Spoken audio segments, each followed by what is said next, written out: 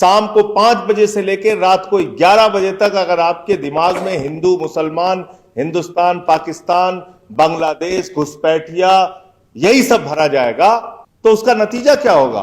उसका नतीजा यही होगा, चर्च के सामने हनुमान चालीसा पढ़ा जाएगा, मस्जिद के सामने रामचरितमानस पढ़ी जाएगी, पकड़ पकड़ के लोगों को मुसलमान होने के नाते कभी नमाज पढ़ते वक्त पकड़ के मारो, कभी लिंचिंग करके उनकी हत्या कर दो। घटनाएं होंगी, लेकिन अगर आप गोदी मीडिया का काम देखिए तो वो बिल्कुल योजनाबद्ध तरीके से इन चीजों को, नफरत को परोसती हैं, घर घर में फैलाने का काम करती। स्कूल नहीं होना चाहिए, अस्पताल नहीं होना चाहिए, सड़कें नहीं होनी चाहिए, पीने का साफ पानी नहीं होना चाहिए, लेकिन गांव गांव में शमशान होना चाहिए। ये कौन बोल रहा है? हमारा प्रधानमंत्री। और उसके साथ लोग कह रहे हैं हाँ हाँ साहब होना चाहिए, होना। जो हम लोगों को पार्लियामेंट में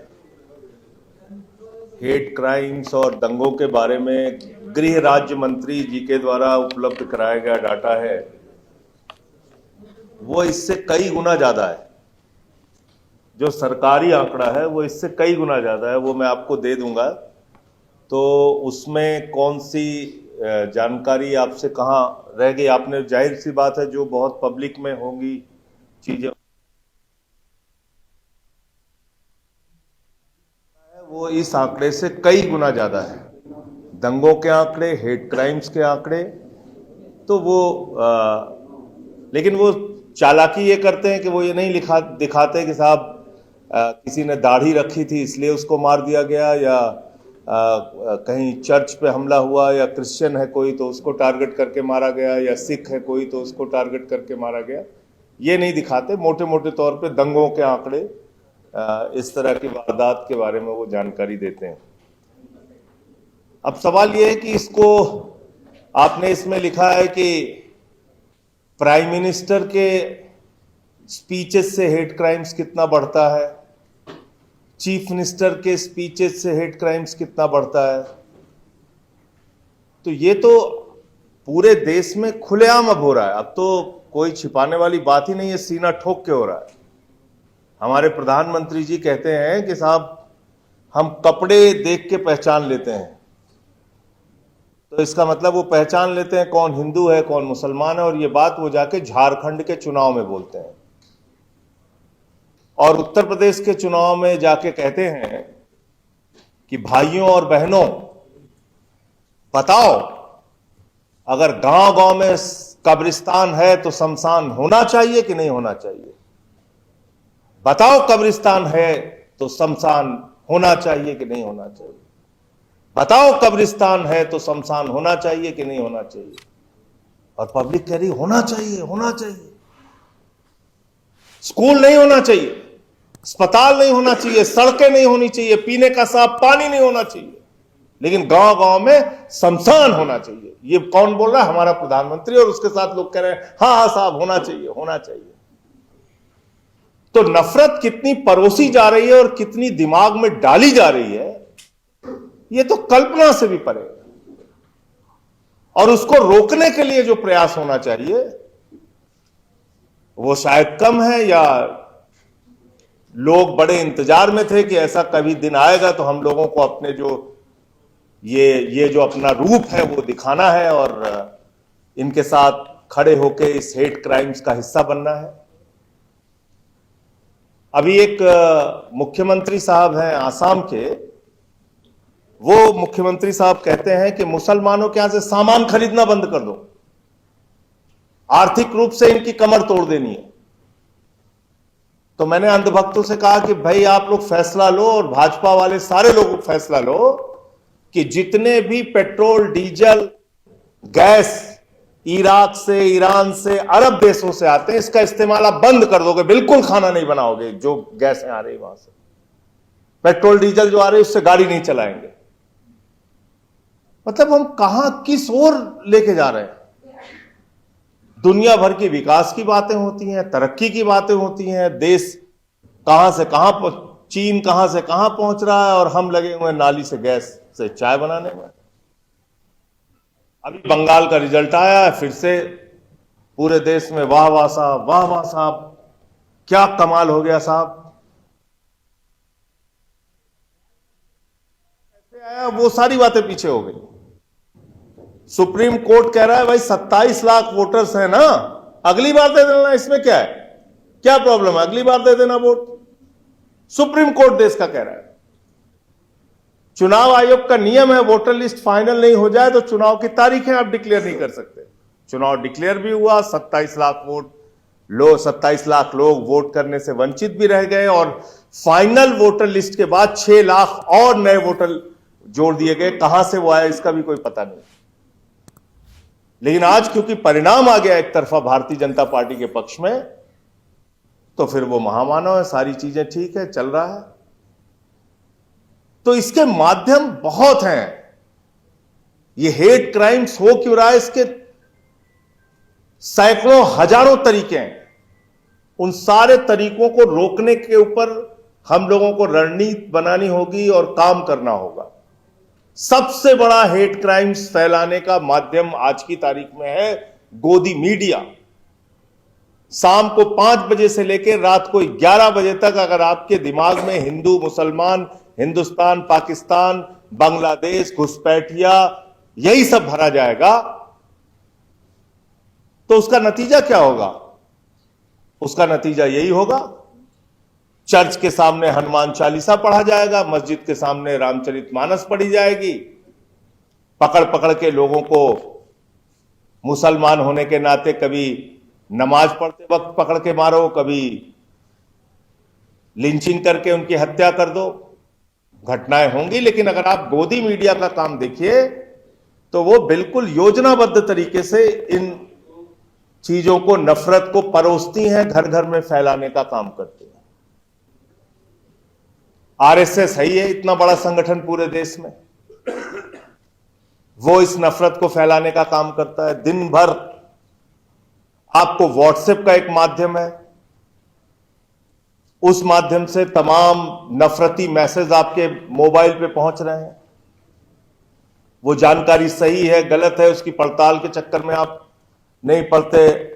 अब आपको दिल्ली विश्वविद्यालय की शिक्षा की जरूरत नहीं है, आपको जेएनयू की शिक्षा की जरूरत नहीं है। व्हाट्सएप का एक विश्वविद्यालय है जिसकी अलग शिक्षा चलती रहती है, उससे लोग, वहां से भी एक नफरत फैलाने का माध्यम इनके पास है।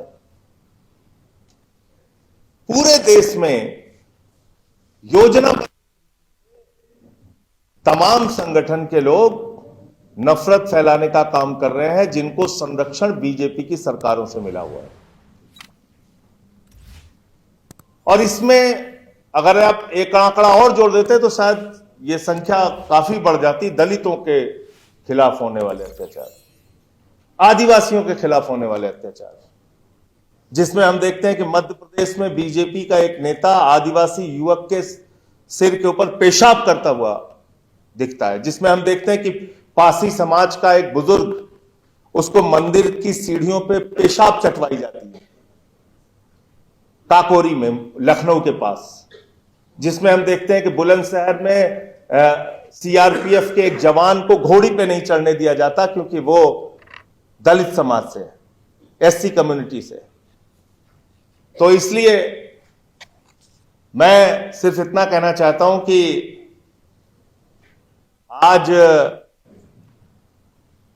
नतीजे राज्य दर राज्य आएंगे, जश्न मनाए जाएंगे, महामानव की उपलब्धियां गिनाई जाएंगी, लेकिन इन सब के बीच ये हेट क्राइम्स, ये नफरत का बाजार जो पूरे देश में चल रहा है और जो नफरत परोसी जा रही है, उसको रोकने के लिए क्या करना है, उसके बारे में हम लोग ऐसे कार्यक्रम जानकारियां लेते हैं, अच्छी बात है, लेकिन उसको रोकने के लिए आगे क्या करना है उसकी रणनीति भी बनाना चाहिए।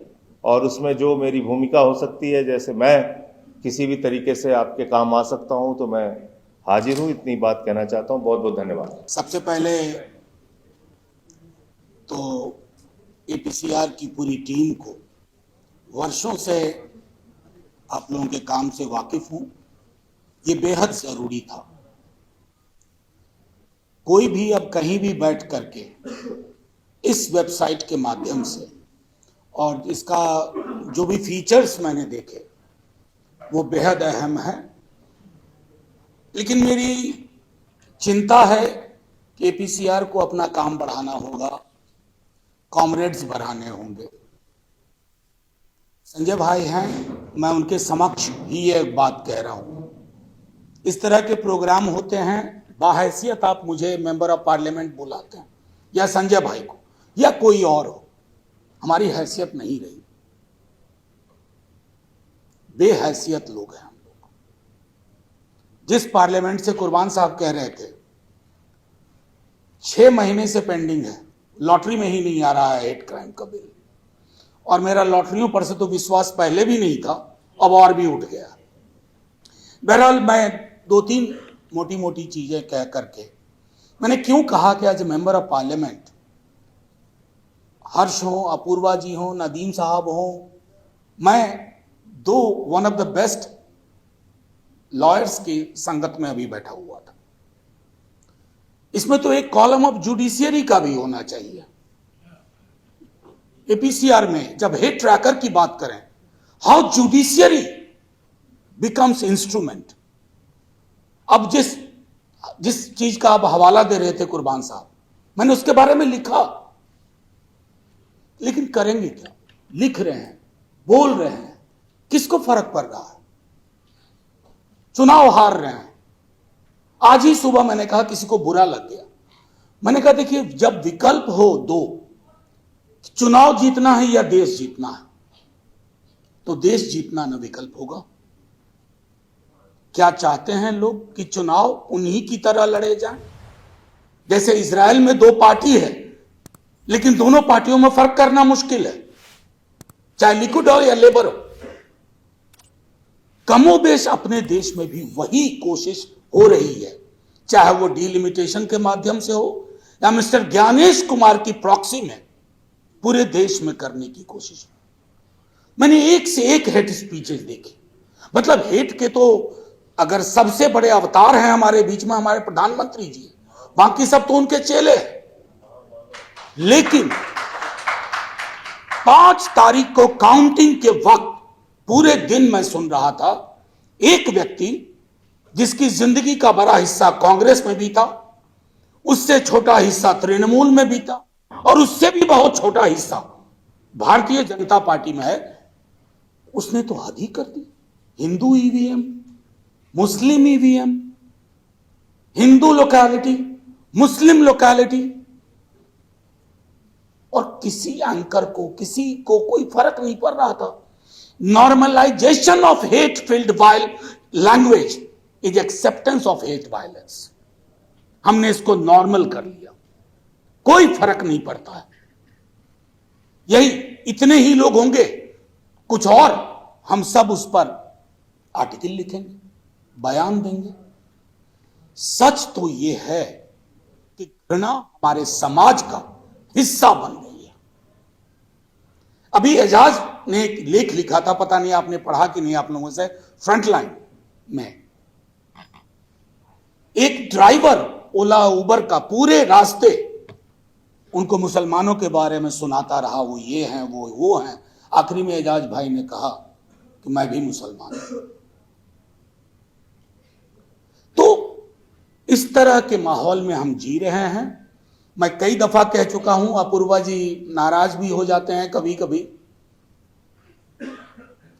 I don't see possibility in the hands of political collective. I don't.